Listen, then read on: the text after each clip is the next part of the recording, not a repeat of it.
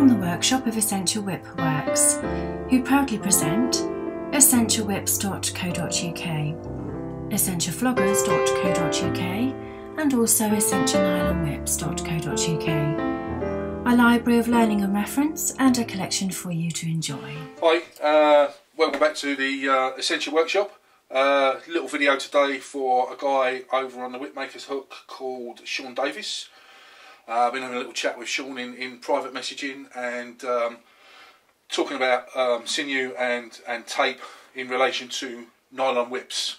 There's recently been a little blast on the forum. Some half whip came on and basically said there's nothing wrong with electrical tape as long as you understand that every whip that contains it is shit. And really, you know, people with attitudes like that don't deserve to be listened to.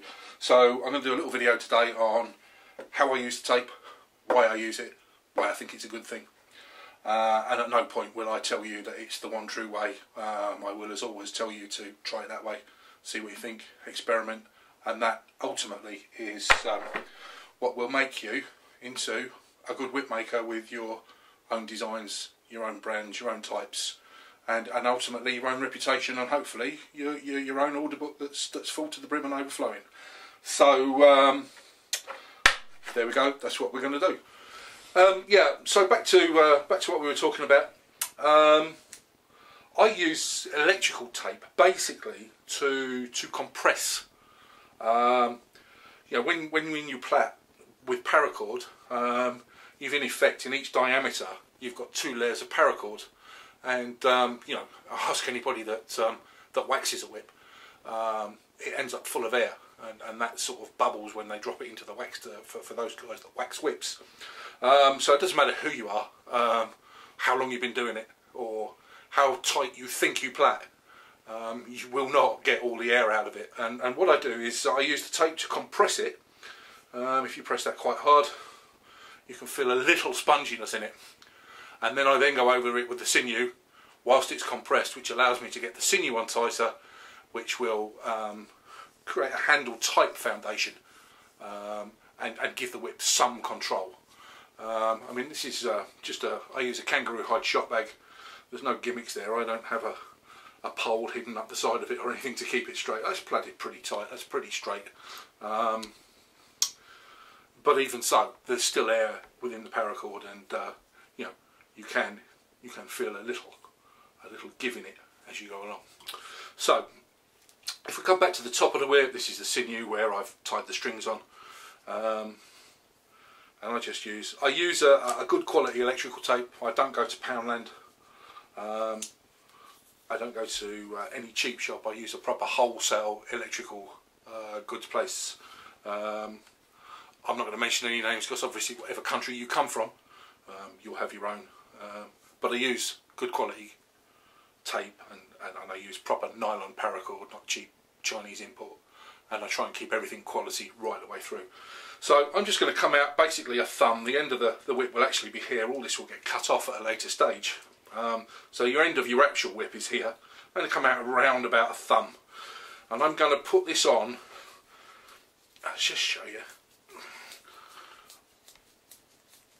You can see that's really, really tight, almost to the point of snapping. And I just put that on like that, and then we'll just turn it round and go back the other way, and this will make your fingers ache even more than the plaiting. Okay, so that's stiffened that up a lot already. Basically it's taken the air out, it's probably forced the air out here, and if you look actually you can even see almost a slight swell coming out of the end of the tape. Okay, so that was just about a thumb's worth. I've gone over a little bit over a thumb. It's not an exact science. Now the next stage, I'm going to come a thumb again, but I'm going to start about an inch up here, and this time I'm not going to come quite so tight. This is just really quite taut. I don't know if you can see where this is really, really tight. It's a very pale grey, and this is still looking a little bit black. Hopefully you'll be able to see that on the camera. If not, you're just going to have to take my word for it, unfortunately. And again, I'm just going to go down and back up again and take that off. The next thing I'm going to do with that is roll it, and then we'll take it over to the vise and I'll show you how I sinew it over and above. But basically, in essence, that tape is on there to compress. If I could get you through the camera and get you to squeeze there and squeeze here, you would feel a very, very distinct difference, and that's why I use the tape. I'm led to believe that some guys tape the belly all the way down, and you'll have to get somebody else to make you a video about that. That's not something I've ever done, so I don't really know about that. I just do this, and that's the reason I do it, is to compress it so that I can get my sinew on tighter, which will, you know, give the whip more longevity, give it some control. And just before I take it over to the vise, I know people are going to ask me, what have you done with that end? This is actually the belly of a signal whip, so I will do the overlay. I'll plait this backwards. I don't do this on a snake whip or a bull whip. I just normally fold a bit of tape over, and then as I'm plaiting down, I pull the tape so that it stays cylindrical. But where I'm plaiting this backwards, this is just very loosely tied on with sinew, and it just keeps it cylindrical whilst I plait back over it. That's all. So it doesn't do anything. It's not on there tight. There's nothing secret. But I know if I don't mention it, everyone will write to me and say, "What did you do that for?" So I thought I'd just mention that while we were going along. So we'll take this to the vise now, and I'll show you how I tie my sinew on, and that'll be the end of the video. Okay, so I've got this whip. It's in the vise backwards, as you can see. This is the top end where the strings are tied on, and hopefully, I'm not sure if you'll be able to see that in the light of the camera, but right about here, the tape trail changes from a really pale grey, where I've got it really taut, more into a black here. So I'm just going to come past the end of the grey, about an inch, and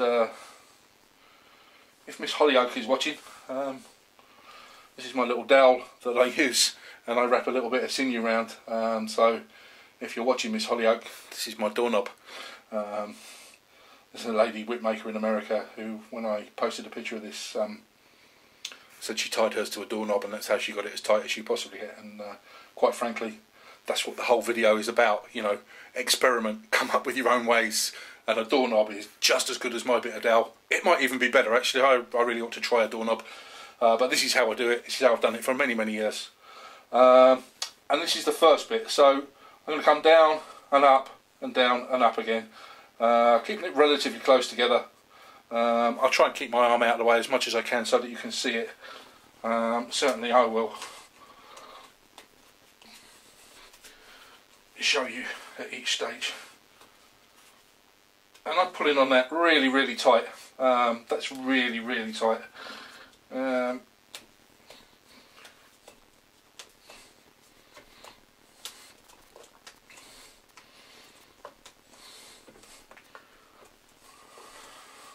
Okay, so that's down and back up, and that's already put an awful lot more rigidity into it.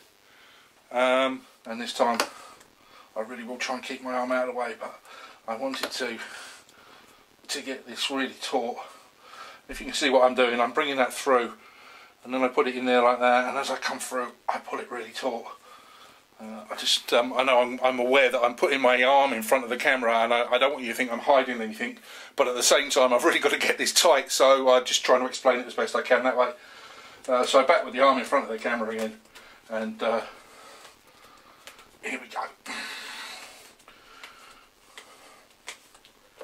And as tight as you possibly can.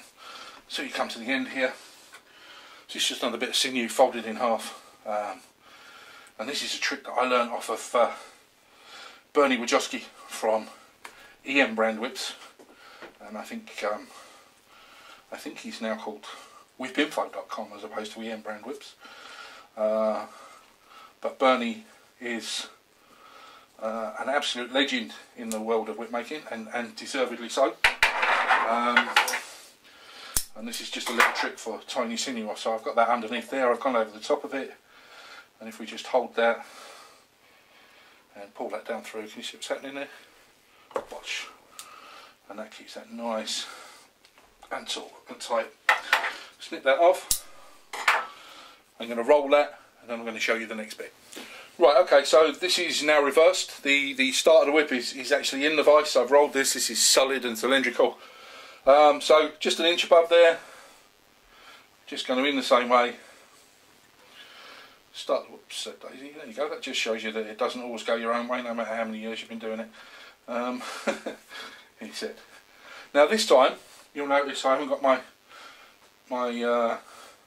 trusty doorknob or my trusty dowel. I'm just pulling this on taut and tight, and you can see that the tape ends here, and I've started an inch into the black over the grey, and you spend a little bit more time where you have to keep it quite so taut. Okay, and there is the end of the black tape. And do you remember I said to you, you could almost see in real life like a bulge where the air had come out? So I'm just going to take it a couple of inches past that, taut but not majorly tight, and then we're just going to go back up the other way, making our little crosses. I'm sure you've all done this before and you all know how to do this. I'll probably sound like Puffin Billy on the old tape there, but hey, that just shows you I'm working hard, doesn't it? And around the top and in the back, and you see what I'm doing. I'm just splitting what's already there. Just like I say, over time, everything but everything has got stretch in it. And leather, we sort of pre-stretch that before we do it, and nylon, you can't really pre-stretch it. But this will stretch at a different rate to the nylon, and I say that's why I put the tape on, so that I can get this on that bit tighter, and then possibly maybe the tape breaks down. People tell me the tape breaks down. I have no proof of that. I don't know that. I just know I've been making these many years, and people own them that are many years old, and I'm just going to mess that up. Not really messed it up, but not left enough out. I don't want a bulge here, so I'm just going to take the sinew over there, and then just use the Bernie method of tying it off. I usually go around 5 or 6 times, 3, 4, 5, 6, and then put your end through the loop. See that? Pull the loop down, yank that taut, and snip it off, and it's ready for a roll. Like I say, I've been making them that way for a lot of years. I've not had them come back on me. I've seen them where they're sort of 5 or 6 years old and they're really well used, and they've still got some rigidity in there, rather than being like a little bit of spaghetti that waggles right from the end and is pretty unusable. That's why I do it. That's how I do it. There's nothing hidden there, and I just want to emphasise to you that, you know, you really should try. You should experiment. Try it that way. Try it, you know, as a for instance, in a leather whip, I don't use the tape. I just use the sinew. I don't put any tape in it in a leather whip at all. Try and experiment, and try to, as much as importantly as trying it this way and trying it different ways, please try not to listen to people that say this is stupid, you shouldn't do this, you shouldn't. There are no right or wrong answers. Really, there are no right or wrong answers, and there are fortunately some really good whip makers over on YouTube, Bernie for one, and numerous others, Rhett, Kelly, Steve Huntress, guys with many years experience, and they will all tell you the same. There is no right or wrong way, and please ignore people that tell you this is the one true way, the only way, and any way that's different to that is stupid. It's not stupid, they're stupid. That's it really. I hope that helps some of you out. And when you're starting out with making, use your time to experiment, because once you get good at it, you'll soon end up with a full order book, and then you won't have time to experiment. So experiment, come up with your own ways, be a free thinking whip maker, and you won't go far wrong. Okay, thanks very much for listening. Take care.